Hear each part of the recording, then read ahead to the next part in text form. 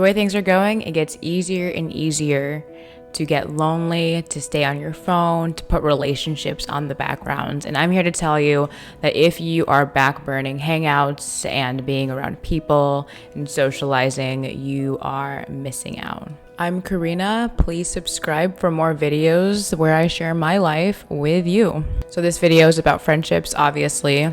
Friendships have been probably the number one reason why I am still alive today. I know that sounds a little dramatic, but it's the God's honest truth is that building real, lasting, healthy connections has made me want to continue to live and to share my life with you guys and to just be a person in the regular world and enjoy myself and life. I just got back from a road trip to North Carolina with my boyfriend. We were moving our married couple friends to their new house, and it was like a bittersweet moment. I'm so happy for them. It's awesome. And I just thought in reflection that this is just another friendship that's transforming. We'll be a few more hours apart for sure, but that friendship is still there, and it is in a lot of connections, and a lot of people I've met have been a paramount part of me being myself and who I am, and a lot of the relationships and the connections I've had have supported me to continue on, really. So I'm just gonna jump right in. Point one I have on friendships for this video is learning how to play nice. Learning how to play nice with other people takes practice. I mean, when I grew up, I was an only child when I grew up, or I was raised pretty much by myself. I have siblings, but we were raised in different households. So friendships are really where I got to learn how to connect, interact, and respect other people and myself.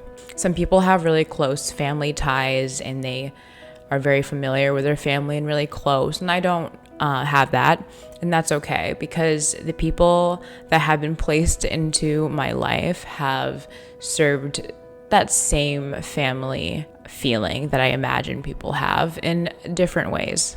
When I was really young, I remember it would be like sleepover time, and my friends would go to bed and I would be up still, and I would be bored and curious, and I didn't really understand how other people worked, or I was really bad at respecting privacy or boundaries.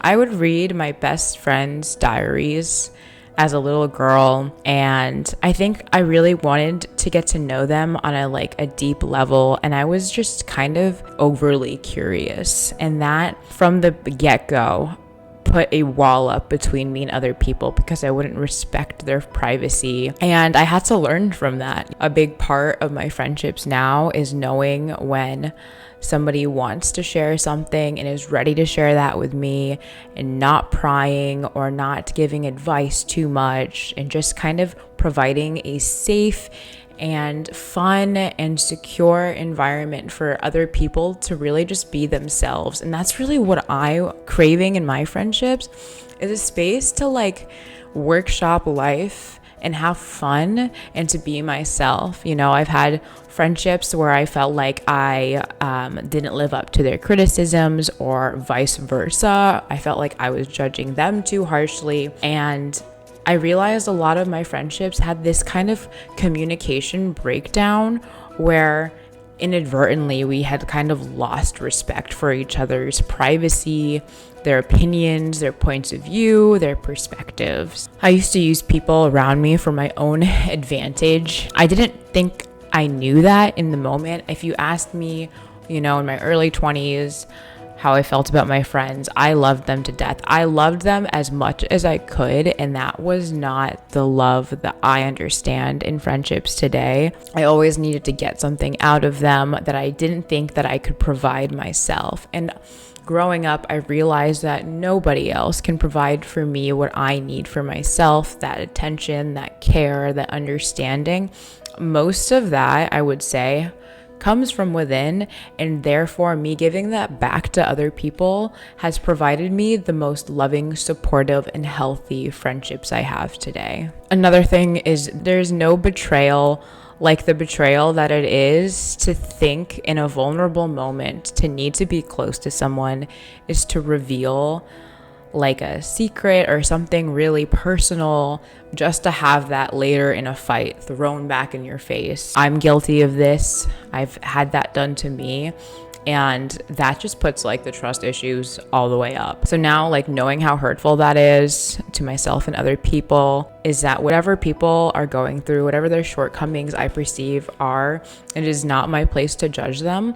And if it comes to the point where like I'm in a friendship of some sort and consistently I feel like they are no longer like going on the same path as I am, or I feel like they're holding me back, or vice versa, I think the healthiest thing to do is to just bid them, like, say goodbye about it, you know, just move on from that, because really staying in friendships that are no longer serving either of us, you know, it's not like a one-way street here. I'm not like abandoning someone and for them, or the other way around. It's like I trust that the universe or whatever you believe in has a way of working things out, and that cutting people off in like a loving sort of detachment way is a much healthier thing to do than to continue spending time and energy honestly trying to change other people or disrespecting them, or it's not working out and I don't know why. Like, I'm going through a really hard friendship breakup right now where I just don't know what went wrong exactly, and I've had to really reflect on that in the past couple of months, and it affected me a lot more than I thought that it would. This person, this girl in my life, she supported me in a way that she didn't know, helped me grow so much. I don't think people ever really know the impact they have on somebody, and that's okay. Like, friendships totally transform. They take practice, they take hard work, they take a reasonable effort in being yourself and being honest with yourself and your friends, and doing that in a loving and respectful way. And I've made a lot of mistakes that I had to learn from in order to provide that same kind of love and understanding that I crave from my friendships, and that I've had to show myself, and learning that I can't change anybody else or make anybody change me or make me feel better. At the end of the day, we're all responsible for our own feelings and our own lives and our own actions. And as supportive as friends can be, the heavy lifting has to come from within. I found that I expected other people to do things that they were not capable of doing. Point number 2, friendships fucking end. So I kind of touched on that earlier, you know, and like, friendships transform. I have the friends that I realized I no fault to them, I didn't understand them, I didn't connect to them, something about them rubbed me the wrong way, and I can objectively look at that and say like, hey, there's nothing actually wrong with this person at all, or me, and it's just not jiving, it's not working out at this time. I can just kind of like see that in my friendships that have ended, I have tried to bring them back to life and realize that we were just like on different paths. So we're just doing our own things, meeting new people, and that is beautiful. That is like awesome and wonderful. I think a lot of that comes from this idea that like friendships have to be forever, and some of them end up being that way. I do have a couple of friends that I've had since I was like 18 or 19 that we check up on each other from time to time, and we're still the same level of connectedness, though we're not as consistently with each other.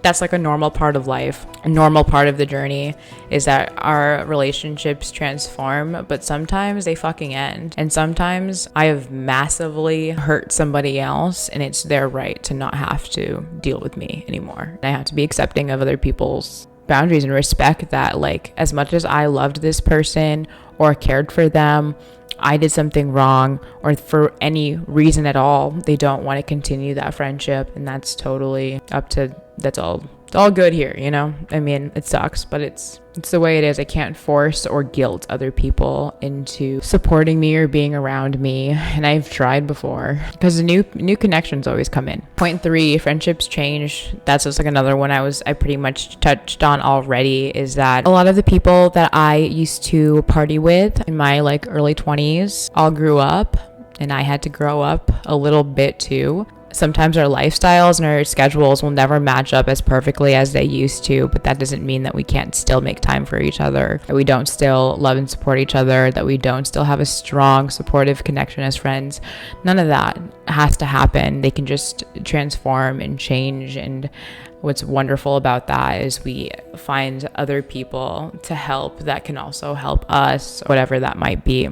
Point 4, and maybe my favorite point, being an independent loner is not a flex. It's not super admirable to me to be okay and just survive and do everything ourselves. I think my experience, I believe that people, introverts, extroverts, all of us are designed to want to be around each other. We live in a society and in a modern culture today where we could sit and work and text and be on our phones and be on our screens alone in my apartment by myself at any moment, and technically my body would survive, sort of. I think that human beings, though amazing technology is, I love technology as much as I loved being like online and all of the influencers I watched that have felt like friends. I know that human to human, eye to eye contact is really where that juice is at, and that swearing friends off or using my trust issues to put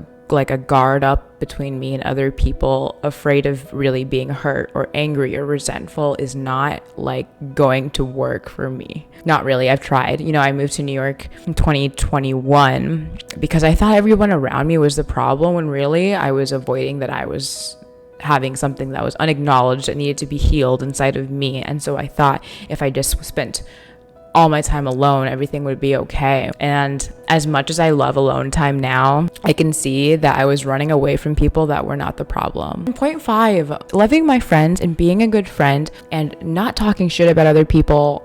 And even though I do sometimes still, being like a good friend and to like really listen. I used to be on my phone all the time around people, like just checking social media. Like I was a bitch and I was like lame in moments of my friendships. I took people for granted. But when I really like cherish people and their time and have respect for the time that they're, scheduling out for me and the support that they give me, and to be able to like listen to their own problems and really actively feel like empathy for them and help them with little things or big things, or help them process or help them vent. That has really made me love myself more and respect myself more. Somehow, in some paradoxical way, knowing that I'm a good friend, knowing that I'm doing my best and reflecting and trying to make sure that I'm doing my part as best as I can to be supportive, whether that looks like just listening, whether that looks like giving them space, whether that looks like helping them move.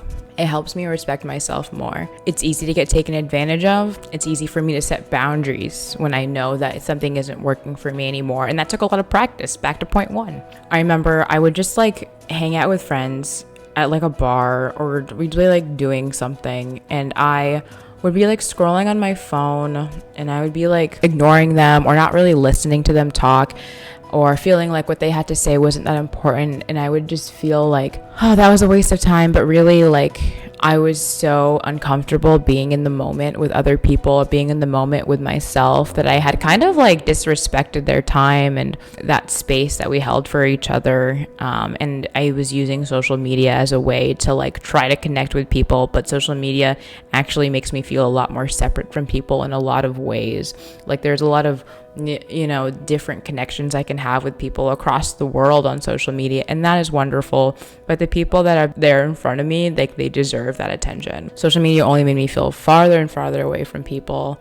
If you guys want to hear about my so far 1 year, I may never re-download those Meta accounts again, Facebook or Instagram. I do have a video up about my journey with getting rid of social media and what that's looked like for me. So that video will be somewhere over here. Please subscribe, and I'll talk to you guys soon.